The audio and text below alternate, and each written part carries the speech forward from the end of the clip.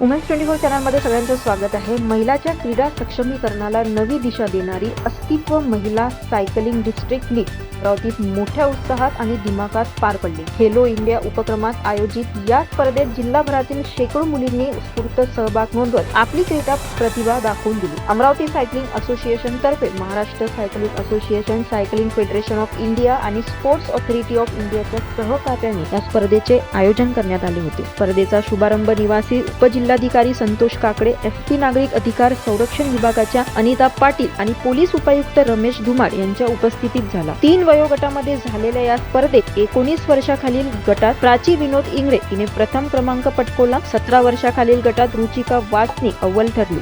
14 वर्षाखालील गटात राजलक्ष्मी मोहाडे हिने प्रथम क्रमांक मिळवत यशाची पताका फडवली. स्पर्धेतील विजेत्यांना आकर्षक पदके, पारितोषिके आणि प्रमाणपत्र देऊन गौरवण्यात आले. तसेच शर्यत पूर्ण करणाऱ्या प्रत्येक स्पर्धाला फिनिशर मेडल आणि सहभाग प्रमाणपत्र प्रदान करण्यात आले. अमरावती सायकलिंग असोसिएशनचे अध्यक्ष डॉक्टर चंद्रशेखर कुलकर्णी यांच्या संकल्पनेतून झालेल्या या उपक्रमामुळे ग्रामीण आणि शहरी भागातील मुलींनी क्रीडा क्षेत्रात नवे व्यासपीठ मिळाले. या स्पर्धेमुळे अमरावती जिल्ह्यातील महिला सायकलिंगला नवी उंची मिळाल्याची भावना क्रीडाप्रेमींनी व्यक्त केली असून भविष्यात राज्य आणि राष्ट्रीय स्तरावरही या खेळाडू चमकदार कामगिरी करतील असा विश्वास व्यक्त केला जात आहे. अशाच घडामोडीसाठी बघत राहा वुमेन्स 24 चॅनल.